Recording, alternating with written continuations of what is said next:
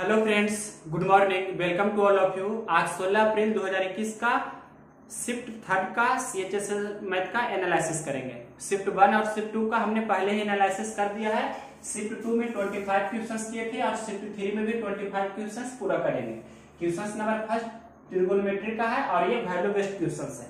आप जानते हैं 30 डिग्री का मान भी जानते हैं, 60 डिग्री का मान भी जानते हैं और ये आपका एक आइडेंटिटी होता है। जैसे cos स्क्वायर 20 डिग्री है तो इसे हम साइन स्क्वायर क्या लिख सकते हैं, यहाँ पर हम लिख सकते हैं sine square 70 degree. cos square 20 को लिख सकते हैं साइन स्क्वायर 70 डिग्री, या cos स्क्वायर 70 को लिख सकते हैं साइन स्क्वायर 20 डिग्री। और यहाँ पर से sine square theta plus cos square theta से 1 हो जाएगा। cos स्क्वायर 30 तो cos 30 का मान कितना होता है √3/2, तो √3/2 का ये हो जाएगा आपका होल स्क्वायर प्लस ये दोनों मिलाकर कितना हो गया 1।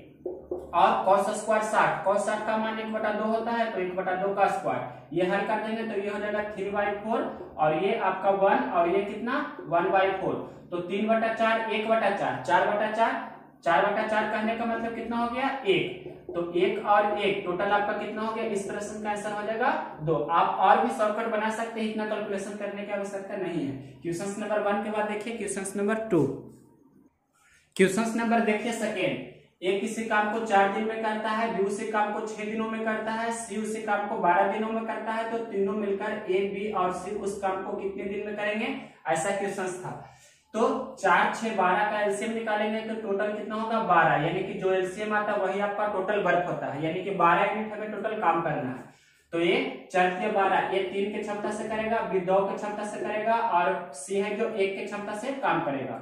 तो 2a 2b 2c मतलब 2 कॉमन ले लेंगे तो 2 1 3 3 6 मतलब कहने का मतलब a b c तीनों मिलकर 3 की क्षमता से काम करेगा, यानी कि टोटल काम करना है 12 यूनिट। 3 की क्षमता से टोटल कितना दिन लगेगा, तो 12 में हम 3 से डिवाइड कर देंगे तो आपका आंसर कितना आ जाएगा 4 दिन। इसी के जैसा नेक्स्ट क्वेश्चन पूछा गया है क्वेश्चन नंबर 3। क्वेश्चन नंबर देखिए third. x square plus y square बराबर 45, x माइनस वाई बराबर 5 और x cube minus y cube का मान पूछ रहा है। तो यहाँ पर x माइनस वाई बराबर 5 दिया है तो दोनों तरफ हम क्या कर देंगे, क्यूब कर देंगे। दोनों तरफ क्यूब करेंगे तो यहाँ पर x माइनस वाई का होल क्यू का फॉर्मूला होता है x cube minus y cube minus 3xy into x minus y, और 5 का क्यू 125 होगा। प्रश्न में ये आपसे पूछ रहा है तो इसे आपको ऐसे ही रहने देना है x cube minus y cube. x y का मान आपको पता नहीं है, x y स्पेशल निकालना होगा रफ में। जैसे x माइनस वाई आपके प्रश्न में 5 दिया है तो दोनों तरफ पहले स्क्वायर भी कीजिएगा, तो स्क्वायर करेंगे तो यहाँ plus y square minus 2xy और 5 का स्क्वायर 25। तो x square plus y square बराबर 45 दिया है तो यहाँ 45 लिखेंगे माइनस 2xy बराबर 25। 45 प्लस 25 इस तरफ आएगा तो माइनस 25 माइनस 2xy इस तरफ जाएगा तो प्लस 2xy। 45 में से 25 घटा देंगे तो 20 हो जाएगा। 2xy बराबर 20 तो xy बराबर कितना हो जाएगा 10। कहने का मतलब x गुना y बराबर आपका हो गया 10। तो यहाँ पर से xy की जगह पर 10 रख देंगे, यानी कि x cube minus y cube minus 3xy मतलब 3 गुना 10 और xy का मान आपके प्रश्न में दिया है 5। 125 ये तो होगा ही, ये गुना करेंगे तो कितना हो जाएगा 5 ये 15 होता है 150 उधर चला जाएगा, यानी कि x cube minus y cube बराबर 125 माइनस उस तरफ जाएगा तो ये हो जाएगा प्लस में, और प्लस में कितना हो जाएगा ये 150 मतलब 150 और 125 जोड़ेंगे तो कितना 100 100 200 50 25 75 तो 275 आपके प्रश्न का आंसर होगा। क्वेश्चन नंबर 3 के बाद देखिए 4th नंबर क्वेश्चन नंबर देखिए 4। ये आपका सिंपल फॉर्मूला बेस्ड क्वेश्चन है। इसमें 0.8 को आप ए मान लीजिए, 0.6 को बी मान लीजिए। तो यहाँ पर आपका एक फॉर्मूला में फिट हो जाएगा a गुना ए, तो कहने का मतलब ए क्यू प्लस बी गुना बी तो क्या हो जाएगा बी क्यू, और डिनोमिनेटर में हर में क्या हो जाएगा a गुना ए तो ए स्क्वायर प्लस बी गुना बी तो बी स्क्वायर और माइनस ए गुना बी तो ए बी। और यहाँ फॉर्मूला जानते हैं a cube plus b cube. A cube plus b cube क्या होता है, a cube plus b cube एक बार हम लिख देते हैं, ये हो गया a cube plus b cube बटे a square plus b square minus a b. A cube plus b cube का फॉर्मूला होता है a plus b into a square minus a b plus b square, और denominator में पहले से है ये वाला a square minus a b plus b square, तो ये अंश और हर में कैंसिल हो जाएगा तो आपका बचा कितना a plus b. a plus b कहने का मतलब ये दोनों को जोड़ देंगे, मतलब 0.8 प्लस 0.6, तो आपका आंसर हो जाएगा 1.4। मतलब शॉर्ट में अगर जो बनाना चाहे तो इतना भी हमें लिखने की आवश्यकता नहीं है, डायरेक्ट 0.8 प्लस 0.6 करेंगे और आपका आंसर आ जाएगा 1.4। क्वेश्चन नंबर ये फोर्थ था। इसके बाद देखिए फिफ्थ नंबर क्वेश्चन नंबर देखिए 5। tan थीटा बराबर 5 के sec थीटा बराबर 5 बटा के, तो 10 into k स्क्वायर माइनस 1 अपन k स्क्वायर का मान क्या होगा। तो यहाँ पर भी वही यूज करेंगे, मतलब दोनों तरफ पहले स्क्वायर करेंगे। tan स्क्वायर थीटा बराबर क्या हो जाएगा 25 के स्क्वायर, मतलब इसको भी स्क्वायर करेंगे तो sec स्क्वायर थीटा बराबर हो जाएगा 25 बटा k square.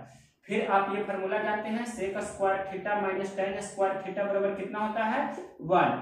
sec square theta का मान दे देंगे 25 बटा के स्क्वायर और माइनस tan स्क्वायर थीटा का मान 25 के स्क्वायर बराबर 1। यहाँ पर से हम 25 कॉमन ले लेंगे तो 1 बटा के स्क्वायर माइनस यहाँ पर हो जाएगा के स्क्वायर बराबर में 1। अब हमें चाहिए क्वेश्चन में के स्क्वायर माइनस 1 बटा के स्क्वायर, तो माइनस कॉमन ले लेंगे यहाँ पर, तो ये आपका हो जाएगा के स्क्वायर माइनस 1 बटा के स्क्वायर बराबर 1। तो इतना बराबर हो जाएगा माइनस 25 इधर बटा में हो जाएगा, यानी कि के स्क्वायर माइनस 1 बटा के स्क्वायर बराबर हो गया 1 बटा माइनस में 25। तो ये मान आप इसका मान यहाँ पर हम रख देंगे, तो ये हो जाएगा 10 गुना आपका कितना हो जाएगा माइनस में 1 बटा माइनस 25। तो इसे हम लिख सकते हैं माइनस 10 बटा 25, तो आपका आंसर हो जाएगा माइनस में 2 बटा 5। ये आपके प्रश्न का फाइनल आंसर है। क्वेश्चन नंबर 5 के बाद देखिए 6 नंबर क्वेश्चन नंबर 6 देखिए, tan थीटा बराबर दिया है 20 बटा 21, तो 1 plus sine theta minus cos theta बटा 1 minus sine theta plus cos theta का मान क्या होगा। तो tan थीटा बराबर 20 बटा 21 दिया है, तो ये लंब बटा आपका आधार है, तो लंब कितना है 20, आधार कितना है 21, तो कर्ण कितना हो जाएगा 29। आप जानते हैं 20, 21 और 29 आपका ट्रिपलेट होता है, या एच आप ऐसे भी निकाल सकते हैं, रूट अंडर पी का स्क्वायर प्लस बी का स्क्वायर करेंगे तब भी एच आपका 29 आ जाएगा।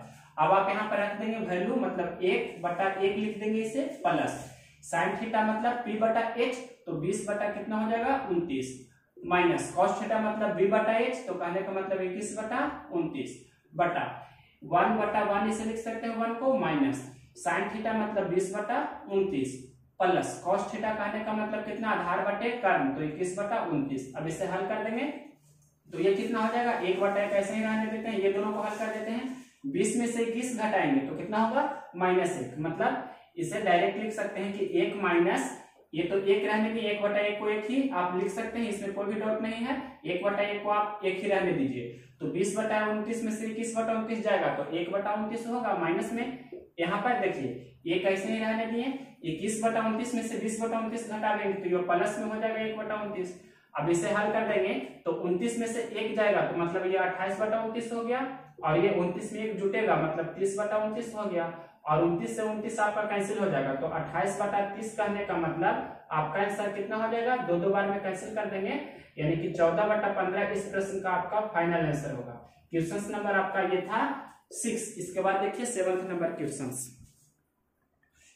नंबर देखिए 7 नंबर क्वेश्चन है प्रॉब्लम बेस्ड ऑन एज, आयु से संबंधित प्रश्न में 4 वर्ष पूर्व 2 भाइयों की आयु का अनुपात 4:5 था, मतलब 4 वर्ष पहले को -4 से डिनोट कर रहे हैं। 4 वर्ष पहले 2 भाई के आयु का अनुपात दिया है, कितना है 4:5, मतलब 4 वर्ष पहले दोनों भाइयों का एज का रेशियो दिया है 4:5। आगे प्रश्न में लिखा है 5 वर्ष बाद उनका आयु का अनुपात 11:13 हो जाता है। 5 वर्ष बाद कितना हो जाता है 11:13। तो प्रश्न में पूछ रहा है कि 4 वर्ष बाद उनकी आयु का क्या अनुपात होगा, 4 वर्ष बाद उनके आयु का अनुपात क्या होगा, ये आपके क्वेश्चन में पूछ रहा है। तो देखिए जब भी अलग अलग समय का अनुपात दिया रहता है तो उनके अंतर को समान करते हैं, तो यहाँ पर 4 और 5 का अंतर 1 है, 11 और 13 का अंतर 2 है, तो अंतर को समान करेंगे तो यहाँ 2 है तो 1 में 2 से गुना करेंगे तो बराबर हो जाएगा आपका, मतलब इसमें भी 2 से गुना करेंगे तो ये 8:10 हो गया। तो 8 से 11 हो रहा है, कहने का मतलब रेशियो में 3 बढ़ रहा है, या 10 से 13 हो रहा है, यहाँ भी 3 बढ़ रहा है। 4 वर्ष पहले से 5 वर्ष बाद, तो यहाँ कितना का गैपिंग है 9 वर्ष का, यानी कि आपके प्रश्न में 3 रेशियो का वैल्यू कितना दिया है 9 वर्ष।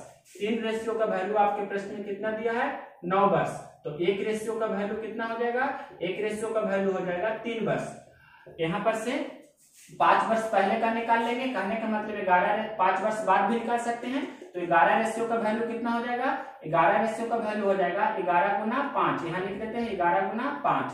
13 रेशियो का वैल्यू कितना हो जाएगा, 1 रेशियो का वैल्यू 3 हुआ, तो 11 रेशियो का वैल्यू 11 गुना 3 और 13 रेशियो का वैल्यू 13 गुना 3, मतलब 5 वर्ष बाद ये 33 वर्ष के है और ये कितना है 39 वर्ष के है। लेकिन हमें चाहिए कितना, 4 वर्ष बाद चाहिए। 4 वर्ष बाद चाहिए तो हमें 1 वर्ष ही घटा देंगे तो 4 वर्ष बाद हो जाएगा, या वर्तमान में आप जाइएगा तो सबसे पहले 5 कम करना होगा, तो वर्तमान में हम नहीं जाएंगे, 1 वर्ष ही कम कर देंगे, मतलब इसमें से 1 वर्ष और घटा देंगे, 1 वर्ष और घटा देंगे तो ये आपका हो जाएगा 32 और ये आपका हो जाएगा कितना 38। तो आपका ऐसा हो जाएगा कितना 16:19। तो 4 वर्ष बाद उनकी आयु का अनुपात कितना है 16:19। क्वेश्चन नंबर 7 था। इसके बाद देखिए क्वेश्चन नंबर 8। क्वेश्चन नंबर 8 देखिए, 2 वस्तुएं जिसमें प्रत्येक का विक्रय मूल्य 1920 रुपया है, पहली वस्तु को 20% लाभ पर एवं दूसरी वस्तु को 20% हानि पर बेचा गया, तो कुल लाभ या हानि रुपये में बताइए। ऐसा प्रश्न को आप किस प्रकार से बनाते हैं, आपको रूल पता होना चाहिए कि यदि 2 वस्तुओं का विक्रय मूल्य समान हो, पहले वस्तु को 1% लाभ पर दूसरे वस्तु को 1% हानि पर बेचते हैं, तो कुल सौदा में x² 100% की हानि होती है। मतलब आपका क्या होगा, ये जो आपका रिजल्ट निकलेगा हानि में, तो हानि होगा तो कुल परसेंट हानि कितना होता है x² 100% का आपका हानि होता है। तो कितना 20% लाभ 20% हानि है, तो कहने का मतलब 20 का स्क्वायर बटा 100, तो आपका कितना हो जाएगा 400/100। तो 400/100 कहने का मतलब 4% का आपका हानि हो रहा है। परसेंट हानि पूछता तो 4% हानि आपका आंसर हो जाता है, लेकिन रुपये में पूछ रहा है कितना हानि हो रहा है जो। तो देखिए आपको पता होना चाहिए, यानी कि दोनों वस्तुओं का क्रय मूल्य आपको निकालना है। तो यहाँ पर आपको ये पहले लॉजिक बता देते हैं कि 4% हानि का मतलब 96% पर उस वस्तु को बेच रहे हैं, 96% पे बेच रहे हैं। पहले ये पता होना चाहिए 96% पर वस्तु को बेच रहे हैं। तो एक वस्तु का विक्रय मूल्य है 1920 रुपया, तो बस 2 वस्तु का विक्रय मूल्य कितना होगा 1920 गुना 2, यानी कि आपके प्रश्न में 96% का वैल्यू कितना दिया है 1920 गुना 2, तो 1% का वैल्यू कितना होगा 1920 गुना 2/96। तो क्रय मूल्य का मतलब क्या होता है 100%, क्रय मूल्य का मतलब होता है 100%, तो 100% का वैल्यू हो जाएगा 1920 गुना 2/96 गुना 100। इसी चीज को इतना नहीं करके डायरेक्ट हम यहाँ लिख रहे हैं, क्रय मूल्य निकालना है आपको, तो क्या करेंगे, प्रश्न में आपका इस प्रकार से दिया गया है टोटल विक्रय मूल्य 1920 रुपया एक वस्तु का, तो 2 वस्तु का विक्रय मूल्य 1920 गुना 2, इस प्रकार से करते हैं। और यहाँ 4% हानि का मतलब विक्रय मूल्य है 96, तो 96 और क्रय मूल्य मतलब होता है 100, तो 100 से गुना कर देंगे। यही रिजल्ट को यहाँ पर हम लिख रहे हैं शॉर्ट वे में। तो 96 दूनी होता है 192, तो 20 गुना 2 तो 40 और 1 0 ये 2 0 ये, मतलब 4000 रुपया दोनों वस्तुओं का क्रय मूल्य हो जाएगा। क्वेश्चन नंबर देखिए 9, ये बोल रहा है कि किसी त्रिभुज के तीनों भुजाओं का अनुपात 3:4:5 है। सबसे बड़ी एवं सबसे छोटी भुजा का अंतर 3.6 सेंटीमीटर है, तो त्रिभुज का क्षेत्रफल बताइए। ये आपका क्वेश्चन है। ये आपको मान लिए कि कोई त्रिभुज है, पहली भुजा मतलब यहाँ पर लिख देते हैं सिर्फ ABC, यहाँ A लिख रहे हैं, यहाँ B लिख रहे हैं, यहाँ C लिख रहे हैं। तो तीनों भुजा का अनुपात आपके प्रश्न में दिया है 3:4:5। सबसे बड़ी 5 है, सबसे छोटी 3 है, इसका अंतर यहाँ पर रेशियो में 5 और 3 का अंतर 2 है, तो 2 रेशियो का वैल्यू आपके प्रश्न में दिया है 3.6 सेंटीमीटर। तो एक रेशियो का वैल्यू कितना हो जाएगा 3.6/2, कहने का मतलब 1.8 सेंटीमीटर। तो एक रेशियो का वैल्यू 1.8 सेंटीमीटर, तो बारी बारी से एक का मान पहली भुजा कितना हो गई 3 यूनिट, कहने का मतलब 3 गुना 1.8। दूसरी भुजा हो जाएगा मतलब 4 यूनिट का वैल्यू, मतलब 4 गुना 1.8। तीसरी भुजा कहने का मतलब 5 यूनिट का वैल्यू, तो कितना हो जाएगा 5 गुना कितना हो जाएगा 1.8। या इतना नहीं करके आप डायरेक्ट निकाल सकते हैं कि प्रश्न में पूछ रहा है क्या उस त्रिभुज का क्षेत्रफल पूछ रहा है, तो क्षेत्रफल निकालने के लिए डायरेक्ट भी रेशियो का यूज कर सकते हैं, लेकिन अब निकाल दिए हैं तो ऐसे ही बना देते हैं। पहली भुजा कितना हो गया 18×54, कहने का मतलब 5.4। दूसरी भुजा कहने का मतलब कितना 18×4 = 7.2। तीसरी भुजा कहने का मतलब कितना हो गया ये आपका 18×5 यानी कि 9.0। तो 3 4 5 आपका एक तरह से ट्रिपलेट है। ट्रिपलेट कहने का मतलब ये आपका समकोण त्रिभुज बनेगा, ये जो बनेगा आपका समकोण त्रिभुज। यानी कि इस प्रकार से आपका फिगर होगा, समकोण त्रिभुज होगा। तो समकोण त्रिभुज कहने का मतलब इसका क्षेत्रफल क्या होता है, समकोण त्रिभुज का क्षेत्रफल होता है 1/2 गुना आधार गुना ऊंचाई, ये होता है। तो ये दोनों आपका आधार और ऊंचाई एक तरह से है, ये तो कर्ण हो जाएगा, तो इसका एरिया हो जाएगा 1/2 गुना आधार कहने का मतलब 5.4 और ऊंचाई कहने का मतलब 7.2।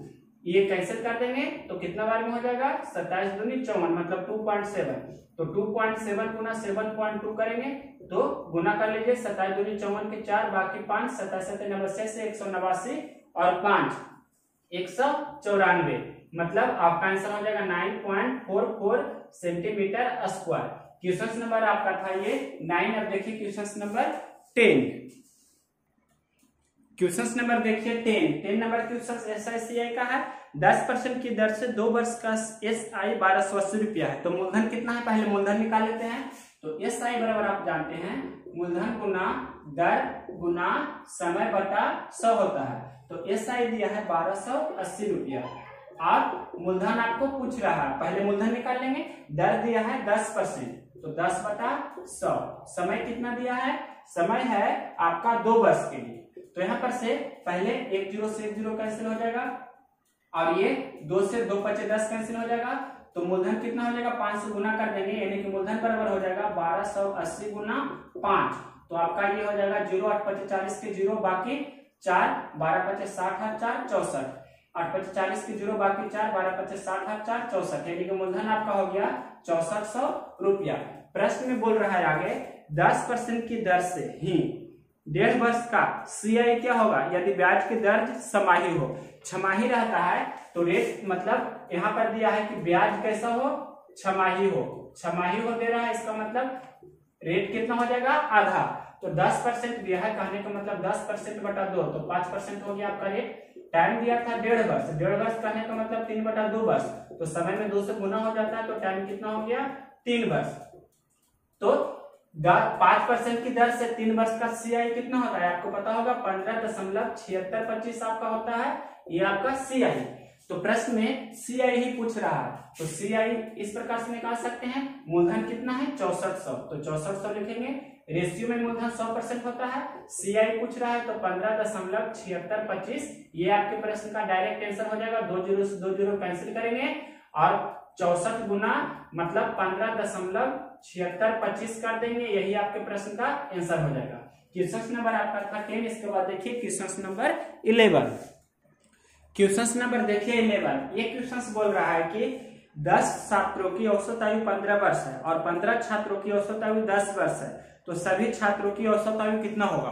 तो ये तो बहुत ही इजी है, टोटल का औसत निकालना है। तो औसत बराबर होता है योगफल बटा संख्या, इसका यूज कर देंगे और तुरंत इस प्रश्न को बना लेंगे।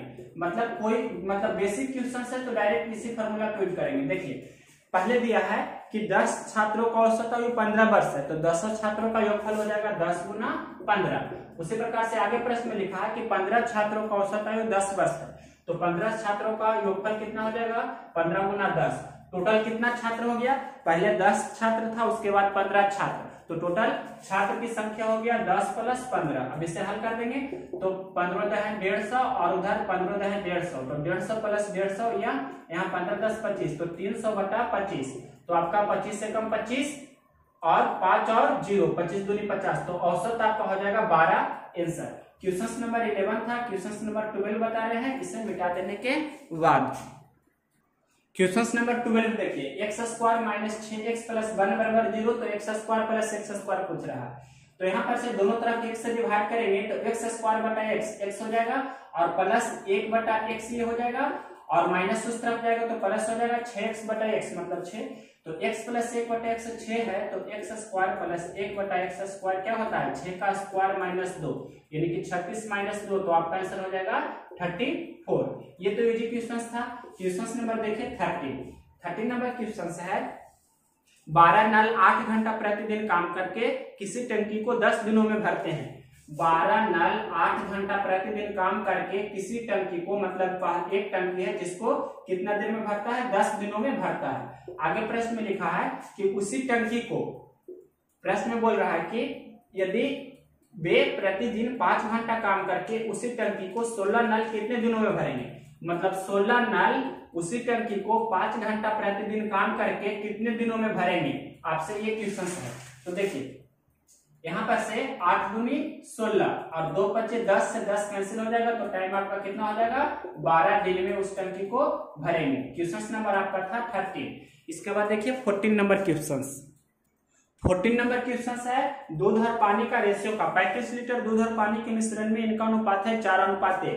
मतलब 35 लीटर का आपका मिश्रण है जिसमें दूध और पानी, मिल्क और वाटर का रेशियो आपके प्रश्न में दिया है 4:1। आगे प्रश्न में लिखा गया है कि यदि मिश्रण में 7 लीटर पानी और मिला दें तो नए मिश्रण में दूध और पानी कितना होगा। तो पहले यहां से निकाल लेते हैं। तो 4 1 5 मतलब 5 रेशियो का वैल्यू आपके प्रश्न में कितना दिया है, 35 लीटर। 5 रेशियो का वैल्यू 35 लीटर, तो 1 रेशियो का वैल्यू 7 लीटर हो जाएगा। तो 4 रेशियो का वैल्यू 4 गुना 7 और 1 रेशियो का वैल्यू 1 गुना 7। कहने का मतलब 28 लीटर आपका है मिल्क और 7 लीटर आपका है क्या, वाटर। तो प्रश्न बोल रहा है ना कि 7 लीटर पानी और मिला दे। तो 7 मतलब ये तो 35 लीटर में आपका 35 लीटर में आपका 28 लीटर मिल्क है, 7 लीटर आपका वाटर है। तो प्रश्न में बोल रहा है कि 7 लीटर अगर जो वाटर और मिला देते हैं तो ये तो 28 लीटर ही रहेगा, मिल्क 28 लीटर ही रहेगा और वाटर कितना हो जाएगा 14 लीटर। तो अब रेशियो 14 कम 14, 14 दूनी 28 मतलब आपका मिल्क और वाटर का रेशियो हो जाएगा 2:1। क्वेश्चन नंबर 14 के बाद देखिए 15 नंबर क्वेश्चंस। क्वेश्चंस नंबर देखिए 15 नंबर क्वेश्चंस ज्योमेट्री का है और बहुत ही इंपॉर्टेंट क्वेश्चंस है। क्वेश्चंस पढ़ रहे हैं। दो संकेंद्रीय वृत्त मतलब कॉन्सेंट्रिक सर्किल की त्रिज्याएं क्रमशः 9 सेंटीमीटर एवं 15 सेंटीमीटर है। बड़े वृत्त की जीवा छोटे वृत्त को स्पर्श करती है, तो बड़े वृत्त की जीवा की लंबाई बताइए। इस प्रकार से ये आपका है जो बड़ा वृत्त है और ये आपका है छोटा वृत्त। तो छोटा वृत्त को त्रिज्या को हम यहाँ पर स्मॉल आर ले रहे हैं और बड़ा वृत्त की त्रिज्या मतलब बड़ा वृत्त की त्रिज्या इस प्रकार से हो जाएगा, बड़ा वृत्त की त्रिज्या को कैपिटल आर ले रहे हैं। तो छोटा वृत्त की त्रिज्या 9 सेंटीमीटर, बड़ा वृत्त की त्रिज्या 15 सेंटीमीटर। जैसे यहाँ से यहाँ की लंबाई आपकी है जो ये आपका 9 सेंटीमीटर है, मतलब यहाँ से लेकर यहाँ की लंबाई आपके प्रश्न में कितना दिया है 9 सेंटीमीटर और टोटल यहाँ से यहाँ की लंबाई आपके प्रश्न में कितना होना चाहिए, यहाँ से लेकर यहाँ की लंबाई आपके प्रश्न में होना चाहिए। ये आपका बड़ा वृत्त की त्रिज्या है तो 15, तो 15 होने के लिए आपका ये टोटल कितना होना चाहिए, ये तो 9 है तो ये कितना होगा आपका ये 6 होगा। और देखिए यहाँ पर से हम इसे मिला देते हैं इस प्रकार से, यहाँ हम इसे मिला रहे हैं और यहाँ पर से हम इसे मिला रहे हैं। तो ये भी तो आपका बड़े वृत्त की त्रिज्या हो गई, बड़े वृत्त की त्रिज्या हो गई कहने का मतलब ये भी आपका कितना है 15 और ये भी आपका बड़े वृत्त की त्रिज्या हो गई तो ये भी आपका कितना है 15, मतलब ये आपका 15 है और ये भी आपका 15 है। इतना आप समझे। अब आप जानते हैं ये आपका जो त्रिज्या होती है ये मतलब छोटे वृत्त की ये जीवा पर आपका 90 डिग्री बना रही है। तो इस प्रकार से ये आपका यहाँ पर बना रहे हैं, ये आपका एक राइट एंगल ट्रायंगल बन रहा है। राइट एंगल ट्रायंगल कहने का मतलब समकोण त्रिभुज बन रहा है जिसमें ये आपका 9 है, ये आपका 90 डिग्री है और ये आपका 15 है। तो 9 15 तो ये कितना होगा 12 होगा। आप जानते हैं 9 12 15 का ट्रिपलेट होता है, जैसे 3 4 5 होता है ना, उसी प्रकार से इसमें 3 से गुना कर देते हैं तो 3 3 9 4 3 12 5 3 15 हो रहा है। मतलब ये 9 है ये 15 है तो ये वाला कितना होगा, यहाँ से यहाँ की लंबाई कितना होगा 9 15 तो ये आपका होगा 12। और इस ट्रायंगल दूसरा ट्रायंगल में अगर जो देखें तो इसमें भी आपका ये 15 है और ये आपका 12 होगा, तभी ये आपका 9 होगा। मतलब अब आपका पूरा ए और बी की लंबाई पूछ रहा है, मतलब ये 12 ये 12 तो टोटल जीवा की लंबाई कितना हो जाएगी 12 + 12 कहने का मतलब 24 सेंटीमीटर। तो इस प्रकार से आप ऐसे प्रश्न को बनाते हैं। क्वेश्चन नंबर 15 के बाद देखिए 16 नंबर क्वेश्चन नंबर देखिए 16। ये आपको इस प्रकार से दिया गया है तो इसका मान पूछ रहा है। तो आप जानते हैं इसका एक फॉर्मूला होता है AQ + BQ + CQ और -3ABC बराबर A + B + C इंटू यहाँ पर भी A + B + C का क्या हो जाता है whole square -3 into AB + BC + CA इस प्रकार से होता है। तो यहाँ पर आपके प्रश्न में इसका वैल्यू कितना दिया है, टोटल यहाँ से लेकर यहाँ मतलब LHS का वैल्यू दिया है 250 और यहाँ A + B + C का मान 10 दिया है। यहाँ पर 10 का स्क्वायर हो जाएगा और ये -3 इंटू इतना का मान मतलब AB + BC + CA ये आपको निकालना है। तो ऐसे ही रहने देते हैं। तो देखिए 1 0 से 1 0 कैंसिल हो जाएगा क्योंकि गुना में है, तो यहाँ पर 25 हो गया ना और ये 10 का स्क्वायर कितना होता है 100, तो 100 और -3 इंटू AB + BC + CA। अब ये बराबर किस तरफ आएगा, मतलब प्लस में 3 into AB plus BC plus CA हो जाएगा, और ये आपका पहले से 100 है और प्लस 25 है जो इस तरफ जाएगा, तो माइनस 25 मतलब 75 हो जाएगा, और ये 3 से 25 दिया 75 कैंसिल हो जाएगा, तो AB BC CA का मान 1/25, तो 1/5 पूछ रहा है, मतलब दोनों तरफ 1/5 से गुना करेंगे तो 1/5 AB BC CA का मान कितना हो जाएगा, 1/5 इधर भी गुना करेंगे तो आपका आंसर हो जाएगा कितना, 5। क्वेश्चन नंबर ये आपको हमने प्रीवियस वीडियो में भी बता दिया है, पहले ही पिछला वीडियो में इस क्वेश्चन को बताया।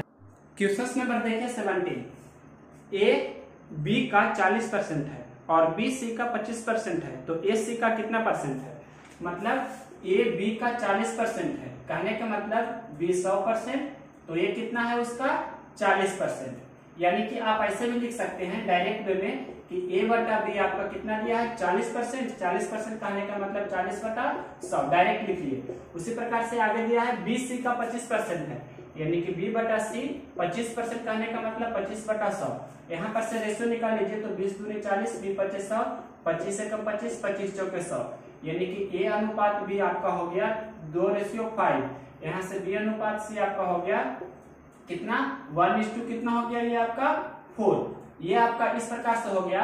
तो B को बैलेंस कर देते हैं, इसमें 5 से गुना कर देते हैं, तो ये हो जाएगा 5:2 मतलब 20।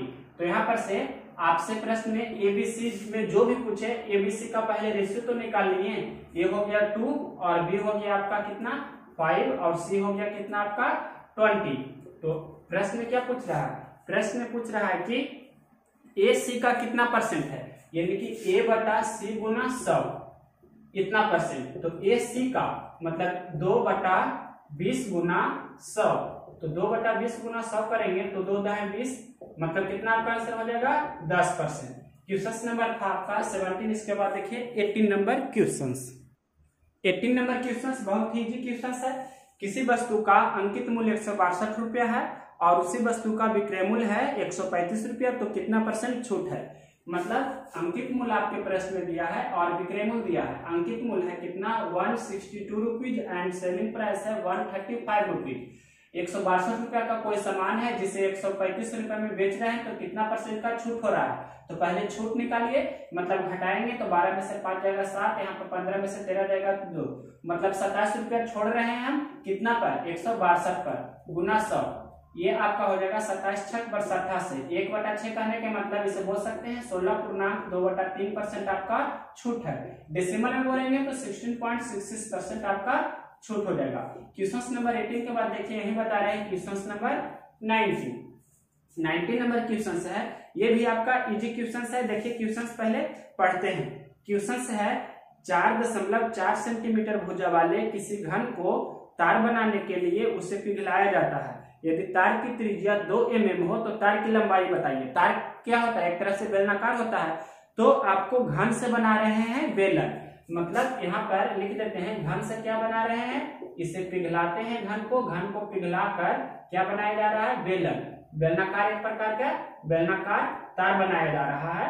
तो दोनों का आयतन समान करेंगे, घन का आयतन होता है भुजा का क्यूब, बेलन का आयतन होता है क्या πr², दोनों का आयतन समान करेंगे।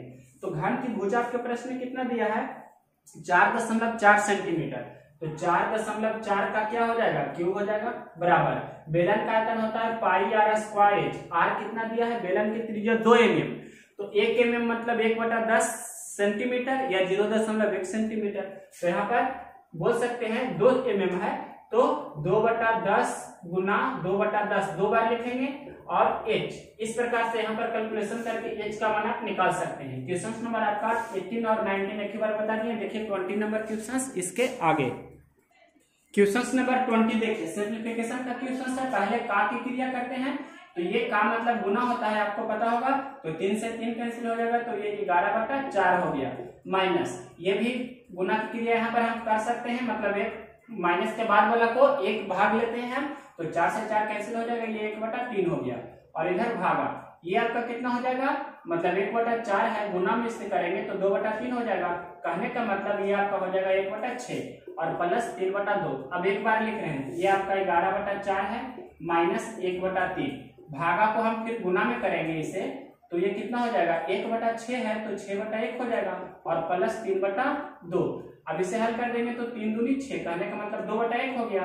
तो 11/4 माइनस 2/1 और प्लस 3/2। अब इसे हल कर दीजिए। एलसीएम में कैसे बनाते हैं, सभी को हर को समान कर लेते हैं। यहाँ 4 कर लेते हैं तो ऊपर में भी 4 से गुना करेंगे। 4 बनाने के लिए 2 से गुना करेंगे, ऊपर भी 2 से गुना करेंगे, आपका एलसीएम 4 हो जाएगा।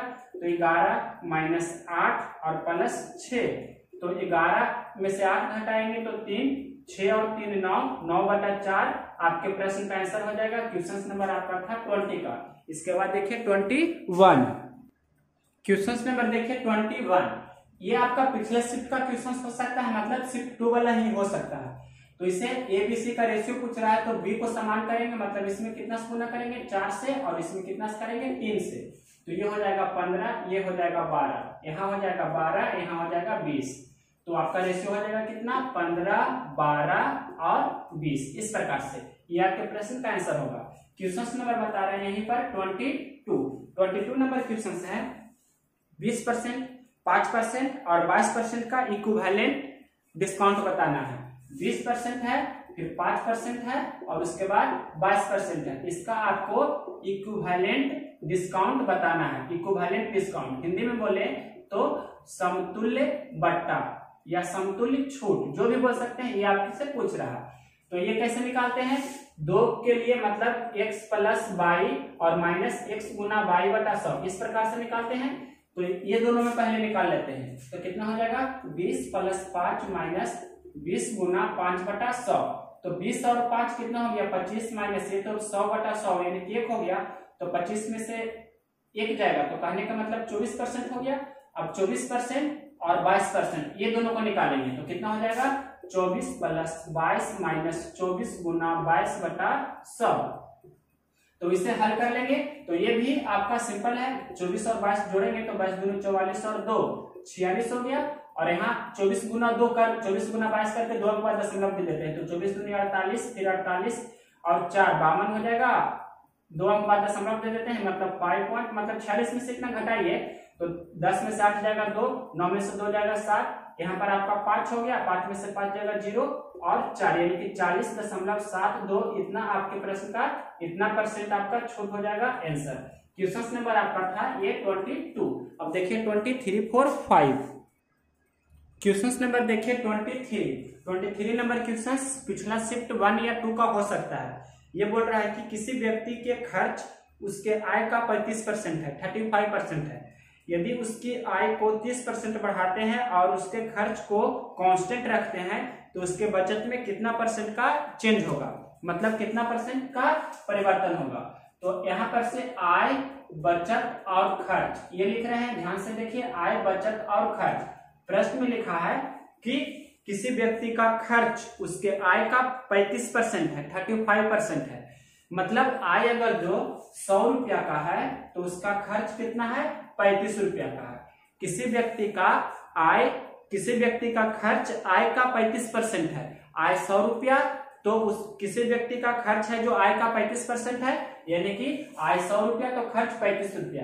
तो बचत कितना हो जाएगा, 100 में से 35 घटाएंगे तो कितना हो जाएगा, 65। ये तो आप समझते होंगे। यहाँ पर से आगे प्रश्न में लिखा गया है कि यदि उसकी आय को 30% बढ़ाते हैं, आय को हम 30% बढ़ा रहे हैं, आय को 30% बढ़ाएंगे तो ये कितना हो जाएगा, 130। और आगे प्रश्न में लिखा गया है कि उसके बचत में कितना % का परिवर्तन होगा। उसके खर्च को स्थिर रखते हैं, मतलब खर्च को स्थिर रखते हैं, इसमें 0%, मतलब ना तो बढ़ा रहे हैं ना ही घटा रहे हैं, मतलब 0% इंक्रीज या डिक्रीज कर रहे हैं, मतलब ये 35 का 35 रहेगा। इस प्रकार से आपको दिया गया है। तो देखिए इजी क्वेश्चन है। और बचत में क्या परिवर्तन होगा जो आपसे पूछ रहा है क्वेश्चन में, प्लस होगा कि माइनस होगा, मतलब कितना % वृद्धि या कमी होगा जो। तो 100 से 130 हो गया, पहले खर्च 35 था, अभी भी खर्च 35 है, तो 130 में से 35 घटाएंगे, वही आपका बाद में होगा बचत। कहने का मतलब 130 में से 35 घटाइएगा तो कितना होगा, 10 में से 5 जाएगा तो 5, और यहाँ पर 12 में से 3 जाएगा तो 9, यानी कि 95 रुपया अब उसका बचत है। तो पहले बचत था 65, अब बचत है 95, मतलब यहाँ पर लिख रहे हैं पहले बचत और यहाँ पर लिख रहे हैं अब बचत, मतलब दोनों का डिफरेंस कितना का हो रहा है। पहले 65 रुपया बचाता था, अब 95 रुपया बचा रहा है। तो रेशियो भी निकाल सकते हैं, 13 पचे 65 और यहाँ पर से 19 पचे 95, मतलब कितना रुपया का इंक्रीमेंट हो रहा है, बढ़ रहा है, तो प्रतिशत वृद्धि यहाँ पर हो रहा है। उसके बचत में 6 रुपया का वृद्धि हो रहा है 13 पर गुना 100, तो यहाँ पर से 600 बटा 13% आपके प्रश्न का आंसर हो जाएगा।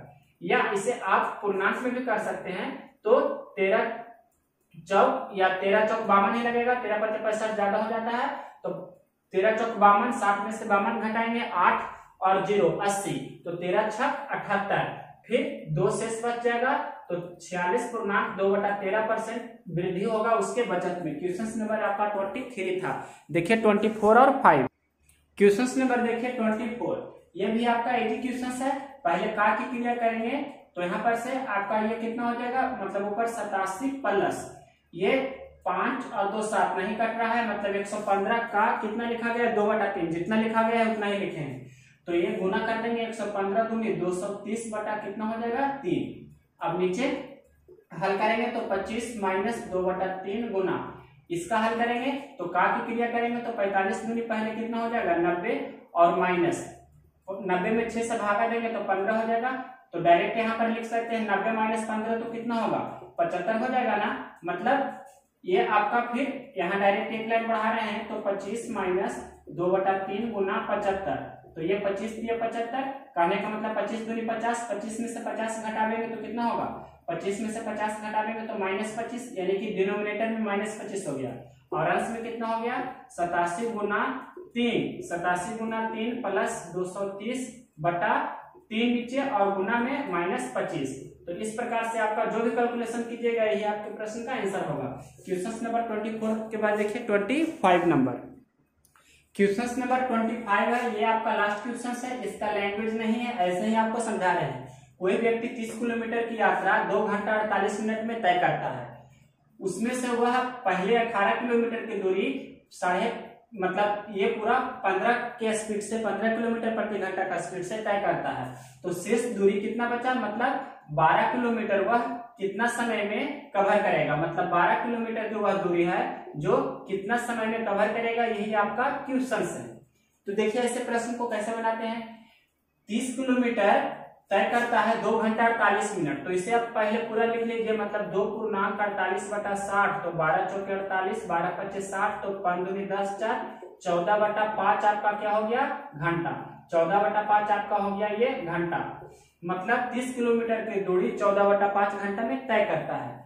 और ये 18 किलोमीटर की दूरी 15 किलोमीटर प्रति घंटा का स्पीड से कितनी देर में तय करती है, वो निकाल लेते हैं टाइम, तो समय बराबर दूरी बटा 4 होता है, तो 18 किलोमीटर बटा 15 किलोमीटर प्रति घंटा, तो ये किलोमीटर कैंसिल हो जाएगा, ये ऊपर चला जाएगा, यहाँ पर से 6 3 18 5 3 15, 6 बटा 5 क्या आ गया 6 बटा 5 घंटा, तो आपका टोटल टाइम 14 बटा 5 घंटा है, जिसमें से 18 किलोमीटर दूरी तय किया तो 6 बटा 5 घंटा लगा, तो पहले समय कितना लगेगा, तो समय यहाँ पर से निकाल लेते हैं, मतलब 14 बटा 5 माइनस कितना 6 बटा 5, तो आपका 8 बटा 5 क्या हो जाएगा, ये आपका हो जाएगा शेष टाइम, मतलब इतना टाइम में वह 12 किलोमीटर की दूरी तय करेगा, तो 12 किलोमीटर की दूरी तय करेगा 8 बटा 5 घंटा में, तो ये आपका पहले टाइम निकालनी है। आपका यहाँ पर से चाल पूछ रहा था कि कितना चाल में हुआ 12 किलोमीटर की दूरी तय करेगा, जैसे यहाँ ये आपके प्रश्न में दिया है और ये आपसे चाल यहाँ पर पूछ रहा है, तो चाल बराबर क्या होता है दूरी बटा समय, चाल बराबर होता है दूरी बटा समय, तो दूरी कितना 12 किलोमीटर कितना मतलब 8 बटा 5 घंटा में, तो यहाँ पर ये किलोमीटर है, ये आपका घंटा है, तो 5 ऊपर चला जाएगा, मतलब 12 पच्चे 60 बटा 8, 15 चौके 60, 2 चौके 8, 15 बटा 2 मतलब 7.5 किलोमीटर बटा घंटा या किलोमीटर प्रति घंटा, शेष 12 किलोमीटर की दूरी 7.5 किलोमीटर प्रति घंटा का स्पीड से वह तय करेगा। तो क्वेश्चन नंबर 25 तक हमने कवर किया है। कुछ क्वेश्चन 3 4 5 क्वेश्चन होगा जो पिछला शिफ्ट का होगा, तो इस वीडियो को हमने पूरा कंप्लीट किया 25 क्वेश्चन।